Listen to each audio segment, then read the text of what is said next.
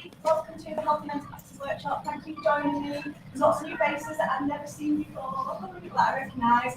My name is Poppy. I've been Poppy within the BDSM and VET now for about 15 years. I'm also known as Sleep Counsellor. Some people have a practice in that name, and I also work in another practice called DC Wellbeing as well. So that's who I am. It's lovely to meet you all today. Can I have a little bit of show of hands if people don't mind, in terms of how many people are new to perhaps Healthy Mental Practice Workshop or LAMchester for events in general? How many people are new to them? You're a big fat guy, as you can see now. So it is a fact. So it is the majority of people in the movement. So that's always nice to know from my perspective.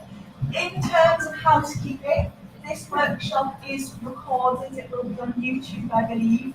If anybody would like to participate in the workshop and does not want their voice to be recorded or to be featured on YouTube, if they can put their hands up and they can put their finger to their mouth like that, that will indicate that you'd like a runner to come and ask the question, and you can still participate and still be involved in a way that protects you from having your voice on the internet. If anybody hasn't realised, there is a camera recording the workshop. If people come this side of the camera, there is a chance that you will be captured. Everybody seems to be that side today, so it's less of an issue. These workshops have been running for 7 years now. They started at the London Alternative Market. They were going to be a one-off workshop.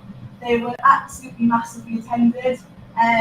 Featuring a friend and colleague of mine has run them down there that entire time, and they've become a feature really of the LAMchester events. So we thought when we brought LAM up to Manchester, and Manchester, we would incorporate and bring this part of it with us too. We do a lot of kind of workshops about how to, how to flog, how to kick, how to play, how to do people, how to do lots of things. But ultimately, the biggest sexual organ is the brain, the psychology that underpins what we do is a huge big part of why we're all here, what we all get out of things. So this really is a Q&A. It's an opportunity for people to ask questions and for me to share what I think is a reasonable answer. It's really collaborative. I welcome anybody to participate. It's skill sharing, it's learning, it's cooperative. The more that people share, the more that I'll take away learn from this workshop as well. So I invite people to obviously talk. What I will say is I normally open the floor to any questions whatsoever. And I'm not going to not do that today. But what I will say is that I'm doing another workshop later on today that's purely around sort of consent. And what quite often happens, particularly with a room full of people who are relatively new, we do get questions on negotiation, how we talk, how we communicate, how we, line up scenes. If that is a question that you have, by all means you can still ask it, but that's what the workshop this afternoon is dedicated to. So I welcome you to attend that workshop where you'll probably get a more comprehensive answer, and that will be the best platform for that. But other than that, the floor is completely your guys. You can ask questions about me, you can ask questions about, anything to do with BDSM, kink, you can ask questions about general psychology, mental health, well-being, that kind of thing, and I will try and answer them, to be honest. Has anybody got a question to start off with, something I'd like to ask some of you? Any more? What will happen is you'll all come at the end and go, I've got a question for you, can I catch you on your own? I didn't want to ask it. Because people do have questions, but I guess it's a little bit nerve-wracking for the first person. Nobody's got a question, I'll have to take one from Jerry and David, and that will be it would be, trust me. We really don't want their questions, so if anybody who's attended has got a question, I'll get ready.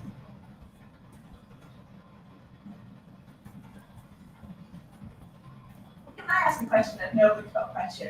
What have you guys attended the workshop for? What are people hoping to get out of today? What's motivated you all to come and spend an hour in this space rather than, I guess, in the other spaces that have got fun things like drinks and alcohols and sex toys to purchase and buy? And why are you here? Why are you coming to the workshop? One of the things that struck me when I first started attending LAM events was how seriously people were taking it. Okay.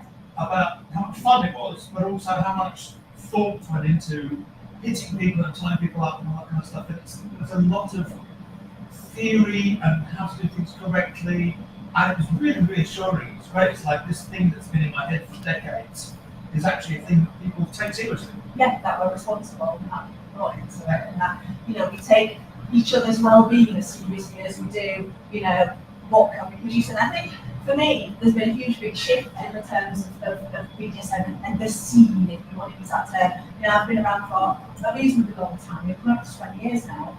And I think things like how available and accessible we are, you know, things like kink, you know, kink talk, and, you know, the fact that now when we do a scene, we think about it, we structure, we put together, and a huge important part of that, which I will cover later on, is about images. It's about capturing it. It's about having something that you can kind of show.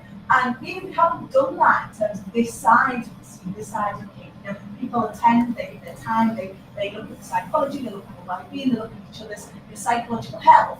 But what do we get from that? What do we capture? That's what I like about the concept workshop we do later on. It's an opportunity to take a picture in front of a banner and say that you attended. Not that they're, you know, handing out degrees or certificates. I'm certainly not vouching for anybody's integrity when they attend the workshop. But it's nice to have something to take away and to say, do you know what? I'm invested in this, and I'm as invested as this as I might be in, you know, developing rope skills, go to a rope lab, learn how to tie, and, you know, starting off with sharps and building up into something that's a little bit more than that. You know, I think when it comes to being able to negotiate, being able to communicate, learning general interpersonal skills, you know, I think that's the same. I think there's levels of being able to do that, from, you know, good enough all the way up to a really skilled practitioner.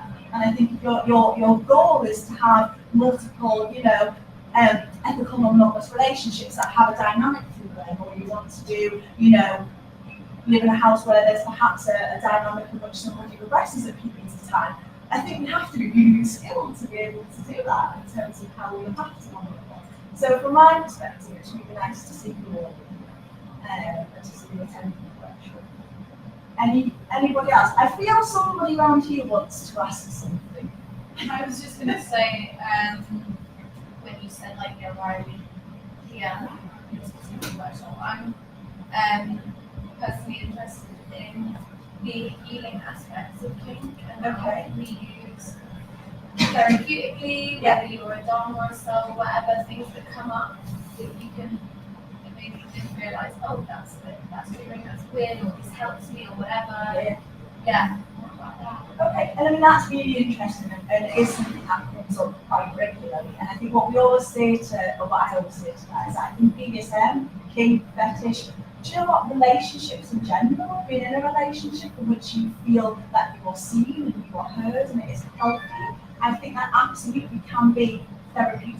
I don't think it's therapy, is what I will say, but I do think it can be therapeutic. And anybody who kind of says that they will mentor people, or they will support somebody's mental well-being through kink, particularly anything to do with trauma, I think that's a red flag. You know, I don't think that you can do trauma work via BDSM. I don't think, perhaps there's certain people who perhaps could, but just because we could doesn't necessarily mean we should either. And that would be something that I would be very wary of.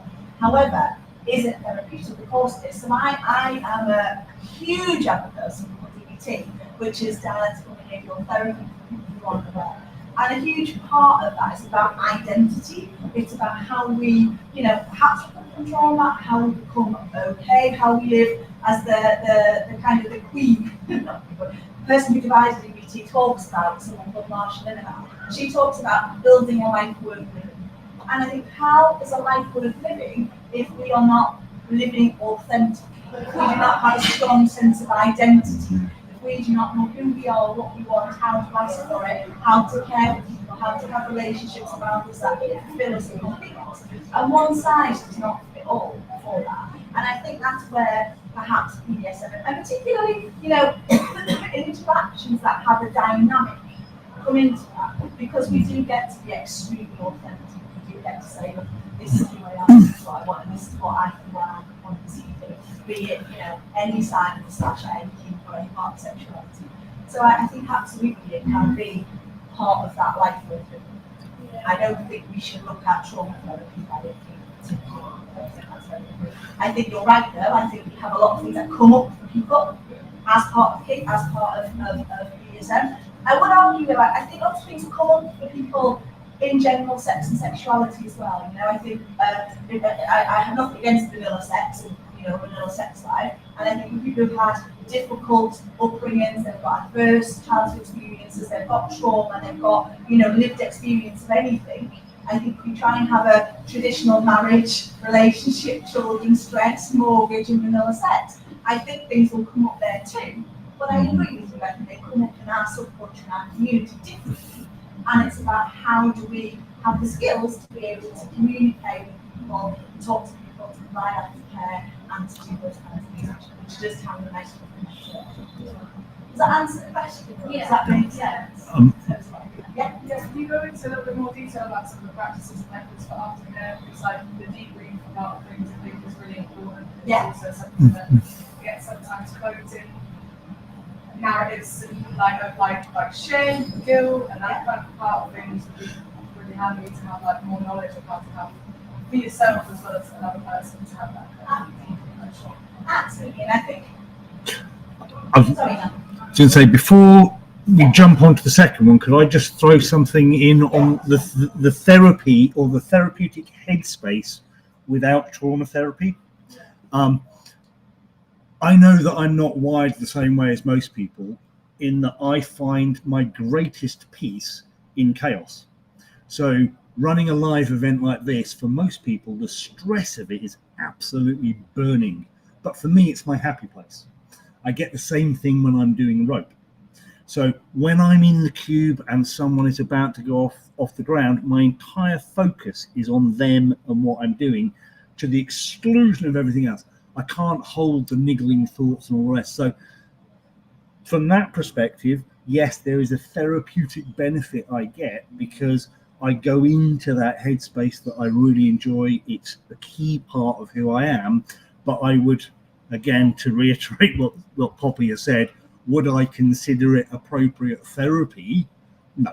I mean, if I've had a really bad day or a time, I'm going to process that differently, but I may take that respite of going into that headspace as a temporary solution until I can deal with things properly. It's almost like the self-care element of it. Yeah. You know, we look at things that we should do that will support good mental health. You know, we look at things that we should get enough sleep, we should eat well, we should look after ourselves, we should have time to rest, we should associate with people who are more radiant and brilliant, all of those cliches. These are things we should do in order to promote healthiness and happiness. And I suppose sex and sexuality is a big part of that. And for a lot of us, it is self-care. I love going to the spa. Absolutely love going to the spa. I also love lots of other things that involve taking my clothes off and instruments we purchase out there. But it's the same kind of thing. I get something from that. It's what replenishes me. And I think we have. I watched a video recently. A couple. She was a professional dominatrix. Yeah. He and they would have these scenes together, and she was just kind of whipping him, like making marks, drawing blood, and she kind of said like, oh yeah, if I've had a bad day or I'm feeling like really bad, like shitty about myself, whatever, this helps me like get it out. This can be really therapeutic. And he was like, being in this position with another woman helps me deal with like, the whatever the burden of this toxic, this masculine standard or whatever. Yeah. And to them, that was kind of like, therapeutic in a way, helping them get through that. Yeah. And is that like? I think that's okay to a point, as long as that's negotiated and talked about. Yeah. I must admit, I have concern about people who take out a bad day from a perspective of toppling the scene. I think there's ways that we can do that, but also I have the issue with having them as that sort of reliance on anything in terms of us being okay. If our reliance is on another human being and another thing, you look at the instances where anorexia peaked and people became, Nikki Graham, and hopefully you're all going to do that more, so a tragic person in the brother, and I know a lot of you are quite good in the room, and she had an eating disorder, and her eating disorder was very, very well controlled for a long time, and she went to the gym. The gym's closed in lockdown. Unfortunately, towards the end of lockdown, this girl lost her life. And a huge part of that, when they do the coroner's report, will be the fact that she couldn't access her way of cooking. And I'm talking about something very difficult. If we cannot access what we need to be okay, if we can't be okay, that's problematic for us. Whether that be the gym, whether that that be, other people and other human beings. So we have to have ways of managing our okayness internally. I'm a huge advocate of that. Can we get what we need through our interaction relationship with people? Yes, but to a point. Does that make sense? We can't be reliant on. It's a little bit like self-harm by proxy when it becomes that kind of thing. I mentioned how we dependent on another person. So it's about understanding ourselves and understanding how that is part of what we need and how we communicate and advocate in a very, healthy way, but I don't think it can be the only way that we need our inner occasions. And that's what I mean by in therapy shouldn't be in your own term. Yeah, does that make sense? And in terms, I guess that question about sort of aftercare, that's, we ask that question a lot, it's a really good question. And I think what it boils down to is ultimately knowing yourself. So we're saying about what's really important about, this lifestyle and BDSM and attending workshops like this and thinking about things like this is hopefully we have a good sense of our own identity and what that looks like. And if we're not sure, that's the journey that we're working on, who are we, what do we need. And a huge part of that is because one size does not fit all. Some of us, we can talk about the stereotypical, once upon a time when I started, aftercare looked like somebody's throwing a blanket on you and giving you a chocolate bar. I think we've moved on a little bit since then. However, some people very much want to be left alone. Some people want contact. Some people want lots and lots of support. Some people are really, really proud of their bruises. They want the opportunity to show them off and to, look at that journey. Other people are a little bit more private about that. They feel almost a little bit ashamed in terms of how much I'm hurting or how much I'm taking and what I've done to myself. It's a really, really personal experience. And ultimately, it's like anything else. If you want and expect somebody, you have an expectation. Rightly so, if we play with someone, we enter into an intimate relationship with them, even if it's just half an hour in a scene, there is an expectation that this is what, the reciprocation of that looks like. I expect a text tomorrow morning or a check-in tomorrow night to make sure that I got home safe out of my taxi. That expectation has to be communicated. And I think what we have done historically, I can't speak to completely, but what we've done historically is assumed that responsibility belongs to the top. And I think we've been guilty of doing that as a community for a long time. And that's my personal opinion, and I've heard some entitlement to it, you got said it. But what we do is we expect the top to magically know what it is that we need, what aftercare looks like for us, and if they don't get it right, oh my goodness. And ultimately, I think that has to happen between parties. People don't know whether you want chocolate bar. They don't know what sort of chocolate bar you want. They certainly don't know whether you're allergic to nuts and chicken bacon. You have to tell them. So that's all part of it. And that looks like either, negotiation prior to the scene and, talk about the need to do that kind of efficiently. But also it can just be quite informal. It can be, after a play, I really appreciate a text tomorrow morning, or I want you to know, and I want this. And also that responsibility in terms of aftercare starts within, as I was saying to you about, if you cannot internally be okay, it's really, really nice if we play with someone and shared intimacy, connected with them, that they are able to give us a dose of what we want. However, what we do, we know that for me, I quite like to play that. Some people might label as extreme. That's okay, but what am I going to do about that? I'm going to make sure that my diary is empty for at least 3 years afterwards. I've played long enough to know that I'm going to drop on day 2 probably. Day 2 is when I'm going to drop. The first day afterwards, I'm going to be like superwoman, I can get a whole house clean that day, brilliant. But day 2, oh my God, my diary's going to be clear. I have responsibilities that are outside of this. I'm having children. They're going to be taken care of. They're not going to be here. They're going to be. How do we be responsible? If you're going to go in and do, some play that you've never done before, you don't know how it's going to impact on you, you don't know what the consequences of this may be, and you've got a job interview the next morning, and whose responsibility is that? Ultimately, it is yours. And I think it's about appreciating that and understanding that. Yeah, and having, and unfortunately, sometimes people let us down. That's life. Play with people that let you down. Have you got friends? Have you got somebody else? Are you going to go for blood pressure? It's like any other area of life. What do you do when you don't feel great? Or you feel really, really great, and you want to do it again, you want to do it tomorrow, and that person lives 100 miles away, and in actual fact, you're not negotiating the next time you're going to see them, and you feel really sad. It's like, oh, I don't see them for a whole month, and I just need to be with them. How are you going to negotiate that? When can you get together with them? So there's so much to consider. And I think when you're at the start of the journey. You know, a lot of what I've said there involves me knowing things. I was going to say, because Yeah. it's something I really struggle with. And again, even with desire, like desire is contextual, right? And like, if I want to be in a position where, like being out of control and being guided by another situation, then that's also, again, mental health wise. Sometimes, again, the things that I choose are actually habits that aren't very healthy. So I'm putting these narratives now, so I'm actually having to choose against my norm. That is actually not really benefiting me as much. And it's like, there's like 3 voices in my head that are like, okay, like, And we all have that element, don't we? Self-sabotage is where you feed.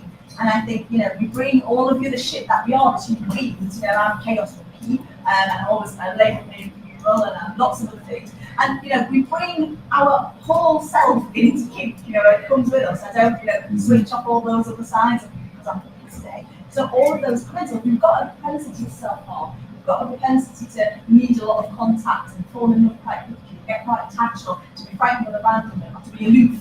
Whatever our kind of tendencies are outside of this space, they will be the same in it. So we do know more than we think that we do, but you know, quite often I'll sit and think, oh my god, I wish I was 20 years younger.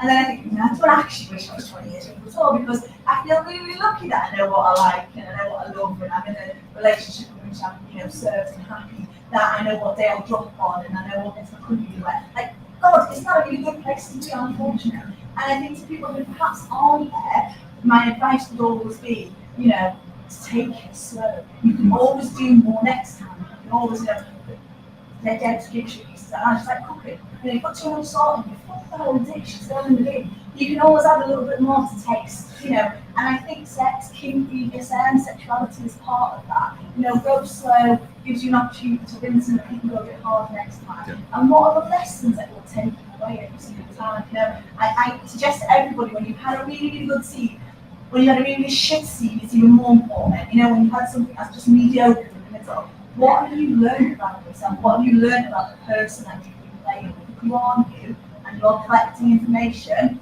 you know, what's this telling you? You know, I want to do this again, I want to do it every day. Fucking never do that. Things I did once, I'll never, ever, ever do again. That's okay. You know. Slight spoiler alert, you're going to find that your needs are different with different people as well. And it's like, it's one of those, you kind of sit there thinking, wow, I'll come up with my perfect plan. And then all of a sudden you realize that actually this person did something slightly differently and I've reacted slightly differently. But it's like the Amazon recommendation. You enjoyed this may also work for you. And it's this discovery that you never really stop learning. It's true, and you'll be different. You'll be different in each different relationship that you have, each dynamic that you build. You know, whether it's the time of your mum or it's not the time of your mum. You know, whether it's you playing pre-children, after children, because nobody is the same. I mean, an old woman now, but nobody's the same now as they will be 10 years, and 10 years after that, and 10 years after that. You know, I'm sitting here slightly apprehensively, completely overshare, but on the way to this for a hysterectomy. There's a huge part of me that thinks, who will I be, sexuality-wise, and kink-wise, and sex drive, what will I like? And I love these sorts of things. You know, I love things that involve my womb, if I'm perfectly honest. I'm not going to fucking have one. How will I be different? So, you know, we're changing all of the time, and that's okay. You know, that would be that lifelong journey of discovery, and it's about recognising that. Just because you like that one person, or you don't necessarily form this intensity of a connection, or in actual fact your red lines and your, you know, what you want to do with someone might be there, it might change. It might change with time, experience, practice, or just dynamic. And that's ultimately okay. You know. Has anybody else got a question? I've got a question that might be a bit more applicable to the workshop. What? Nobody else has got one, so you. Okay, so it's more about from a submissive point of view, how to kind of ask for what you want or say something you don't want and try and like enforce kind of your desires to a dom without breaking their power and role. Yeah. So how to be authentic and appropriately assertive without topping from the bottom. Is that fair? Is that a fair summary of the question? Yeah. So I think we get that question, you know, and it comes up a lot. And I think ultimately it is about being really, really straight and really direct. And I think what you're saying is you're coming from the position of requesting something respect a request, requesting something, then that's the important thing. And I think, how do you go about doing that? Again, it leads back to the dynamic. Please does you come out, please will you, sir, Mr. How are we showing that we are in a position of deference? How are we showing that we're demonstrating respect, that we're going to listen to another person's preference? I think that there can be language attached to that, and there can also be, systems, rules, regulations about how we ask. Do we? Some people, I've had relationships in the past where I've had half an hour where I have been absolutely able to talk to people from walk, this is what you do, that absolutely pisses me off, please stop doing this, or this is what I like, or this is what I like to do, we almost have time out to dynamic. And some relationships where I've kept a journal and I've written everything down and it's there and I can talk freely, and a lot of my mind wants to be in that. And whether I get them all is obviously at the personal. It will also depend on how, I guess, the dynamic is. Some dynamics are extremely strict, they're all the time, they're in place 24/7. Sometimes it's just an option, and that's absolutely fine too. And how do we form those requests? I think ultimately there's a difference between requesting something for you and also having red lines. Having red lines, having hard limits, having things that I absolutely don't want to engage in, something that you need to be aware of, because this will ultimately lead me to have a negative experience, or I've done it before, frankly, once, and it's on my list, and I'm never doing that again, thank you. That's different, and I think we are free to express those openly from the very beginning, and as we go, as we learn them, to add them to it. We might want to push things occasionally in some relationships, but I don't think that's something we do at the beginning. But anybody who doesn't respect our information we've already gathered about ourselves and know about ourselves and are happy to put there, that's a huge big red flag. We can all be able to say, look, this is not me. If ultimately what's not for you is an absolute must for the person that you're talking to, the reality is we're not compatible. It's no different to any other relationship. If you're looking for a relationship, you're desperate to start a family, and you've got someone who, there's hysterectomy or some kids, you're not going to be compatible. And the same is in, within keeping relationships. We should never feel pressure to alter what we want to do. And I think sometimes that's what happens is that add pressure. And I think if you take a step back, you would apply that logic to other areas of the relationship. If you wanted to get married and they didn't, what would that mean for you? If they're huge in anal and they're masculine fetishists and you're saying they don't have anal sex. So that you have to be used to it. So those are two separate things, two separate questions. And I think it's about recognizing that. And in terms of requests, again, I'll go back to DBT a little bit. I love DBT. If you do find it difficult to request things, and I think we do, I think lots of human beings do, whatever side of the slash that you're on. I think quite often people who identify as being submissive find it very difficult to ask for what they want, very difficult to be appropriately assertive. I use that word, but what the hell does appropriately assertive mean? How do I be that? I'm a huge advocate of dialogue. And one of the things that I think is brilliant, there's some flashcards. So they're about $5.99 on Amazon. They're brilliant. I sometimes have them, but I bought 10 little bags. But they're DBT skills flashcards, and they talk about, they're all acronym based, which is really good. And they talk about ways for asking for what we want. One of them is Dear Man, that stands for, how we direct, how we assert, what we do to ask for things. But for me, I would very much, one of the early questions in a relationship would be, how do you want me to communicate? What does that look like? We talk about training all the time. We talk about, how does somebody like their coffee and what's their, preference for having their cup sucked? Do you want more mouth, more hand? Generally simple. We do, don't we? What does that look like for you? How do you want to be communicated with? I don't want to be communicated with, and I've come back from a really long day and I've had 10 minutes. All I've done is talk. And look after people. I want to sit and I want to watch Netflix, and I want to, if you need to have a conversation with me about something serious, I want that to be. And, my other half knows what I want that to be, and that's really important. So start those conversations. We don't talk enough about that stuff. I was just going to say, I put my profile on there, I'm using on reference, and I still think positives with on reference, and then people obviously totally read or listen. Well, those people I just don't apply to that. And that's it. You know, what's your response to that? You know, what's your boundary? For me, somebody sent me a message to my professional profile, and I think it's inappropriate. You know, nowadays I will not reply to that. You know, I used to for all the time. Oh, I should reply, and I should. And I don't. You know, if it's clearly, you know, when you do therapy with me naked, it's not even going to get a reply. It's clearly burnt. And I do get those questions. Few and far between, but I get them. And I think it's about recognising that you're entitled to. So if somebody is not using your profile, if somebody's not listening to you, you know, that nobody has a right to reply. And we decide how we want to communicate with people like that, but we also have to decide how we want to communicate with people we want to give our time to. You know, and I'm a person that goes away, I'm a go-awayer. So if things are great for me, I'll be really communicative, I'll send messages, like and so reply. If I'm not so great, I'm a bit quiet, I go away, you know, and the people who know me, they respect that. You know, they don't come after me with lots of, you know, questions or favours or requests and I'm quiet. You know, they know that I'll do them and that I'm committed to, but they'll give me a little bit of space. And probably a couple of days later, I'll come back and go, right, we're doing nothing now. You know, and that's how, you know, we have effective communication because by knowing ourselves and knowing other people. And that takes time. You know, you don't get that through 3 IMs on FetLife.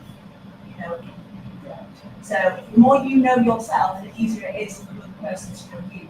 So that's why we have spaces like this, because we're all needing to learn about another person, but we're all going to do ourselves and then a huge favour and learn about ourselves. And this is going to be a lot easier journey to say, well, this is who I am, and let me know who you are. Yeah? Not sure what time it is. We've got time. Yeah, it's someone else. Is it? Has anybody else got a question for me? This corner's the quiet corner today.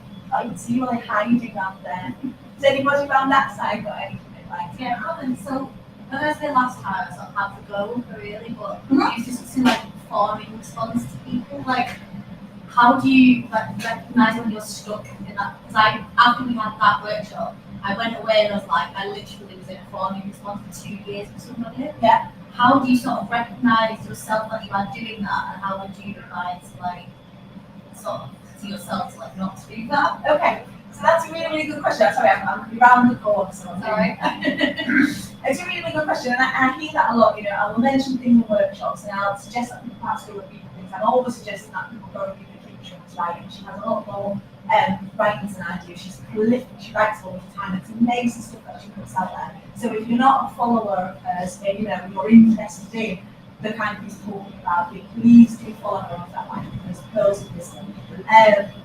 What I imagine, the kink trick, yeah. What I imagine that you might have done is in the last workshop I had talked about forming. I said there's a right hand forming, and Deb's the kink trick has a right hand forming.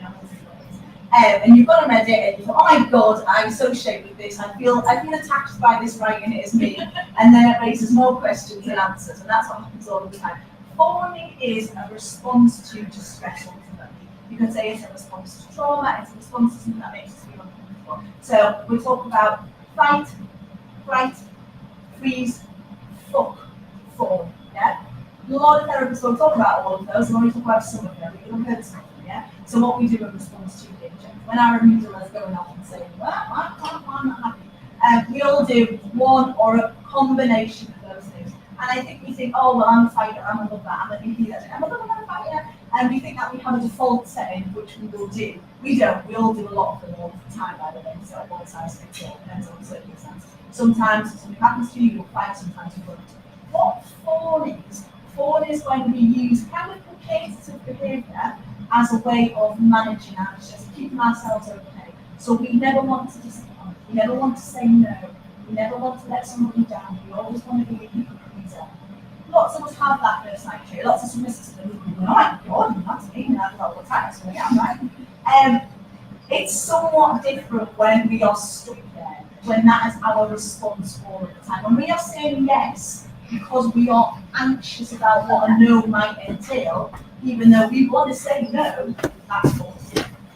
You know, I had a session with some quite recent actually, and they said, I had a threesome. I said, oh, really? You had a threesome? Was that good? Well, I didn't even want to have a threesome. I didn't have a threesome, well, because I knew the person I was in a relationship with, really sensitive, and they're going to feel very rejected if I didn't have a threesome. So I had the threesome, oh God, I'm like, well, okay, that's, that is fawning. You recognise that's fawning. I know that's fawning, but I chose to do that because it was easier that. I'm like, okay, these things can be really complicated as to how unhealthy they are. But if they form a constant pattern in a relationship, as I suggest might have been the basis of the original question, you said, I spent 2 years fawning. Some people spend 2 years worried that they can't be certain, be appropriate, certain, advocate for themselves, what might the costs be to that behavior, then that becomes a cycle of abuse relationship.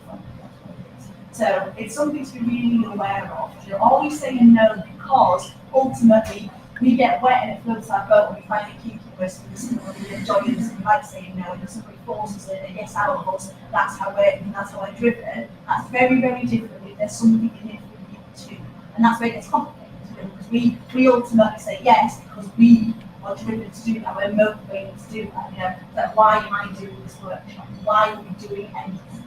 Why are you saying yes to this person? Why are you spending it? Why are you sucking their cock? Why are you serving? Why are you worshiping? Why are they putting your hand? And if you are getting something from that for you, there's a far less chance that it's for you. If you're doing that because you're worried something will be removed from you, they won't pay the mortgage and I'm dependent on living in that house right now, or they will take their care and affection away from you and stop paying for people, then that's when it starts becoming a unique question. So that's what we mean by fawning. In terms of how we identify if we're fawning, I go back to that why. When toddlers are 2 and they're growing up and they go, why? But why? But why? But why? But why? But why? Yeah, but why that? We stop doing that. Lots of us stop doing that.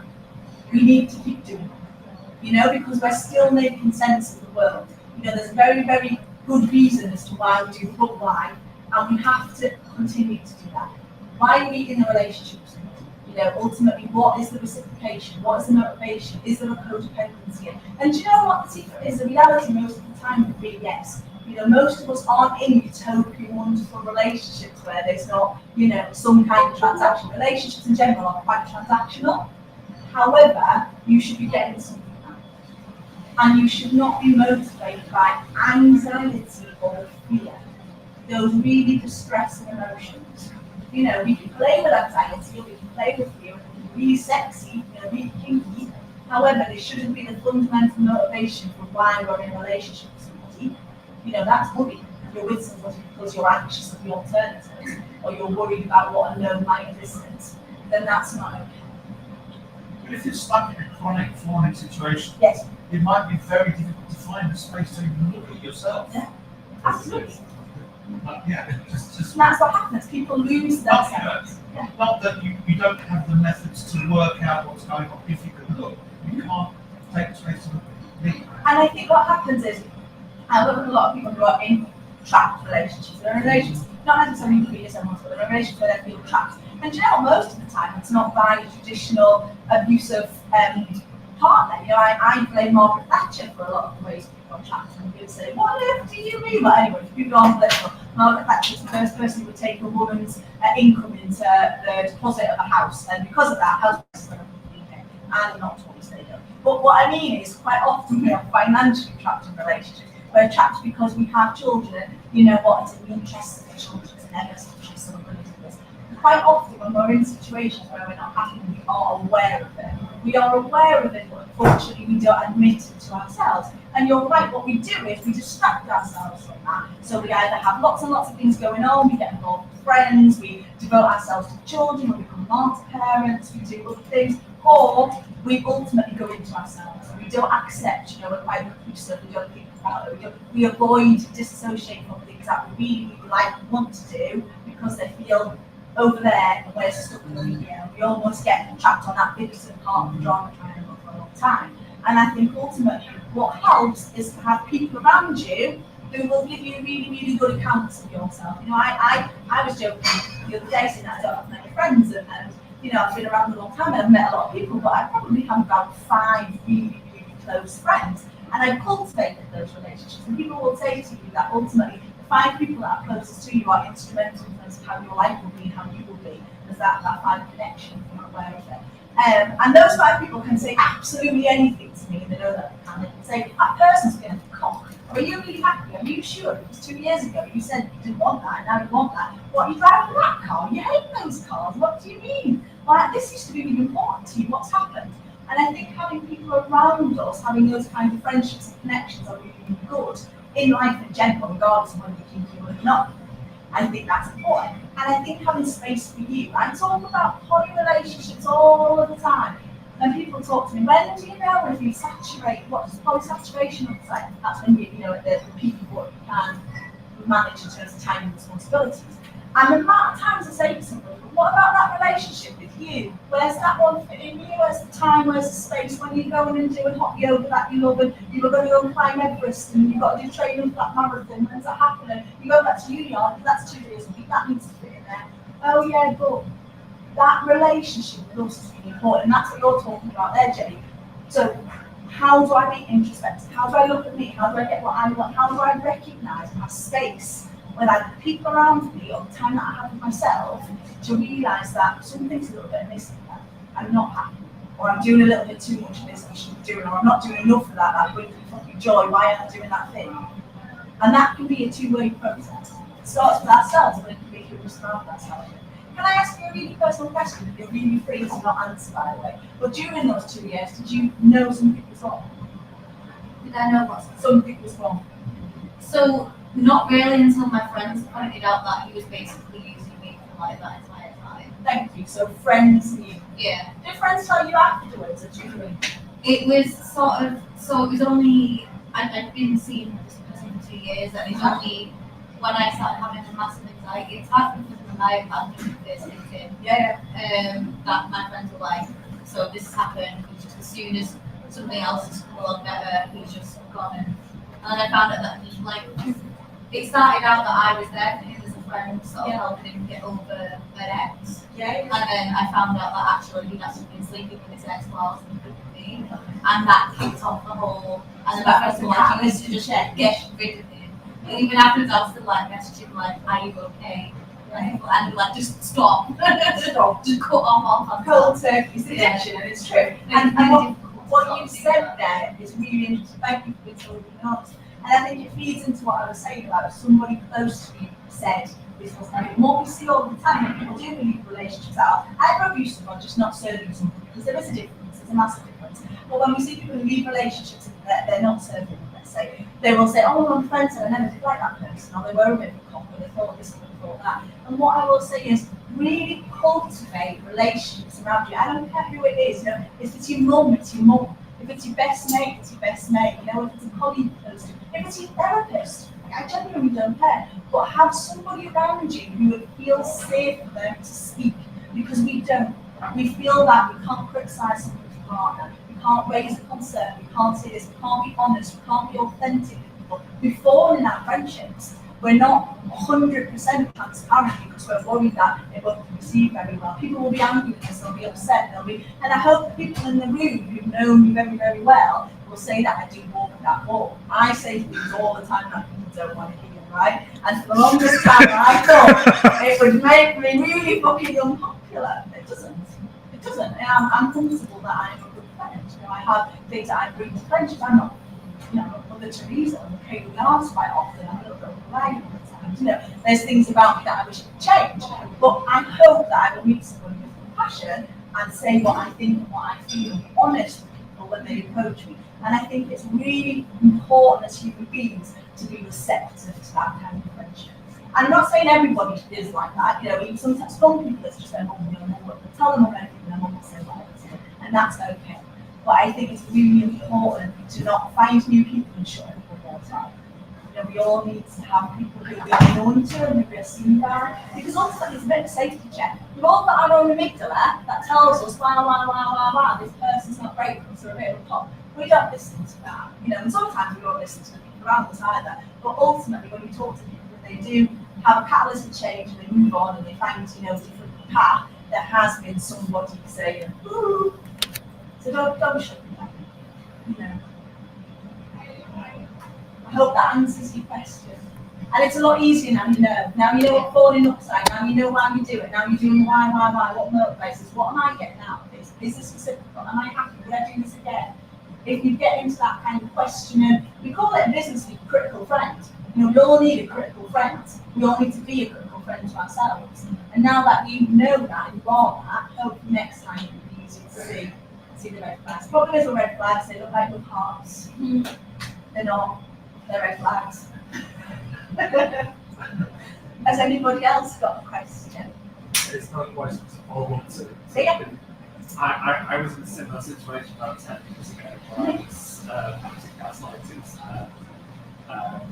Obviously, at the time I thought I was so little, as you do, and I lost all my friends through it. Yeah. And it's like what you're saying, it's like you need those people who will say what you don't want to hear. Yeah. And you don't listen to that little voice in your head. It's true, you know, and I think it's both. I don't think it's either or. I do think it's both. You know, sometimes we have friends who, you know, have motivations and agendas or don't see things, or perhaps get wrong in a mistake, or you know, things are complicated, including friendships. And I think sometimes we can be very, very much in love, and later on regret a relationship. I think both of those things can be true. I think what tends to happen is human beings in black and white polarize everything, and that's, you know, we do that for very complicated reasons. So I think in all things it's about balance. You know, it's about the middle. It's about hearing what you think about somebody from a wide range of things. You know, we're very, very insular. I think it's a cultural thing. You know, we don't talk about death. We don't talk about love. We certainly don't talk about money. If I went down this room and said, right, what's everybody earn? What was on your last pay slip? You can't ask them that. You can't. You know, you got some cultures that you're not more open about that. They will talk about it. They will, and I think it's about within relationships, we're like that. You know, you look at society, Facebook, Instagram, whatever, it's an absolute showreel, isn't it? It's all the amazing things that we've done. Talked about this today, actually. It's like a true story. I was lying in bed this morning first thing, and what happened a year ago popped up, and it's an afternoon tea in the lounge, and everyone's been, was on Lancashire, best afternoon tea I've ever had. And it said, my Facebook was all, oh my God, I had the best afternoon tea ever. Oh, it's lovely, it's great, it's whatever. My husband's lying in bed and so on. I says, oh my God, I've done what I hate doing this. I tell people not to do this all the time, and I did. What do you mean? What do you mean? It was a great afternoon tea. I had a great time. I took my child mind to there. It was like 50th birthday, so I thought I'd treat it right. It was absolutely wonderful. What I didn't say was at the time, one of my children was going through a phase where we thought we were losing Pat. And it was a little while ago, it wasn't 1 year ago, it was a few more years than that ago on my memories. And what happened was, he thought he'd post my bank card. So he posted it on the back of a bench, like one of these, yeah? And before you had Apple Pay on your phone, you had any other way of paying, you didn't have any of that. Literally, all I had was a card. The restaurant, now, we've been really posh, really nice, like football again. I had to take it apart to get my bank card back so I could pay it. I have never been so embarrassed in all of my life. To this day, it's my embarrassing parent story, right? If it was on Mum's Day, that's what I'd be telling. Facebook this morning, if you look at what I was doing X amount of years ago today, you think I was living my absolute best life. And that's the problem with society, isn't it? We talk about the things that are great, we talk about what we're doing, we talk about how wonderful everything is. We don't necessarily talk about the thing that we think might be a little bit of a red flag in the relationship with our friend, because we don't want to admit that things aren't perfect. And that's a real danger to us. It's a danger to society, it's a danger to the scene, it's a danger to culture, and it's a danger to ourselves. You know, we've got to be balanced. We've got to be honest, nothing's ever perfect. That afternoon tea was still absolutely delicious, but I'm still mortified by it. And do you know what? Both of those things are okay. And I think when we have friendships, try and remember that. It's not show real. Show people you're behind the scenes as well. Tying into like something we spoke about earlier about, we mentioned before about kind of therapy and the trauma and like submission as well. Like striking that balance is difficult because it can be therapeutic and like definitely playing with losing control in histories of where that's when a problem can be really liberating. But then there feels like a fine line between where it starts to become like empowering to then where it kind of can then become, you always get triggering or then desensitized to things. And like that's something that it will be interesting to expect on, since I know that that's that balance, but where does it start between nourishing something and then actually becoming habitual, and then sometimes something that actually is for self-harm rather than stuff. And do you know what I'm going to say about that? I'm going to say communication. Of course I am, but I mean that. So I work, obviously, no surprises today, I work with mental health. I've seen some pretty horrific things in my time. You know, it takes a lot to shake me down. I won't go into review because they are quite true. However, what I will say is you become desensitized. And it's exactly the same when it comes to kink, when it comes to sex. You know, we're used to, we look at some, you've got that right now, we look at some of the things that people are putting in some of their orifices, right? You We'll understand it. We've never been around to kink and sexuality. We look at that, we're all absolutely mental and all walking around in the confidence pads of this time. It's pretty shocking, right? Whereas some of us we look at it like, oh yeah, that's this sort of, anal slut 748, we're always doing that, great, I love it, right? We literally get desensitized to some of this stuff, don't we? But in our heads, we know that person's involved in porn, they're doing porn for a living, whether I think it's a good thing or not a good thing to do doesn't really matter. But we know they're not just woken up and putting, chocolate on their arms, we're aware of that, right? However, it is about that understanding. It's about being in touch with both of those things, how we feel and what we think. And the point that I was going to make there was about communication. So when I've been involved in anything that has desensitized me, there's sometimes when I will think, my God, I'm not a human being anymore, not going to be more. I had this session with somebody in it, and I didn't know anybody who's a human being will burst into tears, not able to function the rest of the day, and I went for that, guys. What's wrong with me? And that's what clinical supervision's for. That we talk about the whys, the whats, the. Just to clarify, you do mean a burger. I'm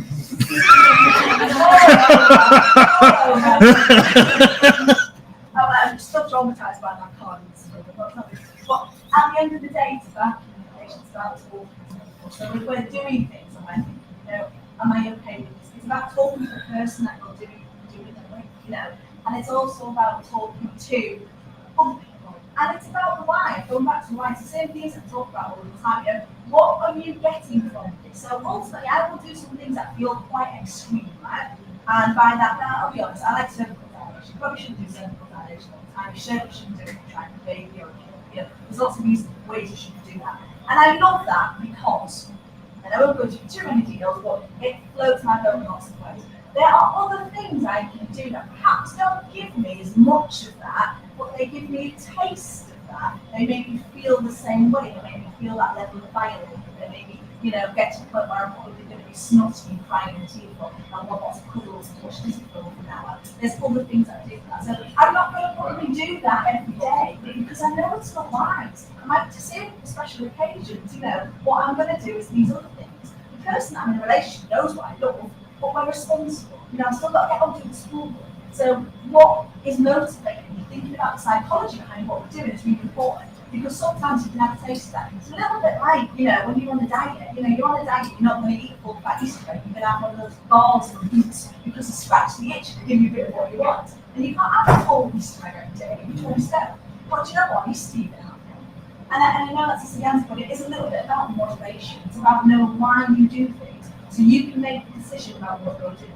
Are you going to, if you're taking a lot in terms of impact, you get to the stage where it's having an impact on you, why are you doing that? Are you doing that for an endurance perspective? Okay, what we're going to start doing, let's see how many cakes we can take, let's see how many this we can take. Are you doing it from a service perspective? Okay, we're going to shake it up for a bit. Our service is going to be you cooking for me every day. It's going to be you on your hands and knees naked with a collar around your neck and getting on to work. If you know the whys behind things, you can shake it up.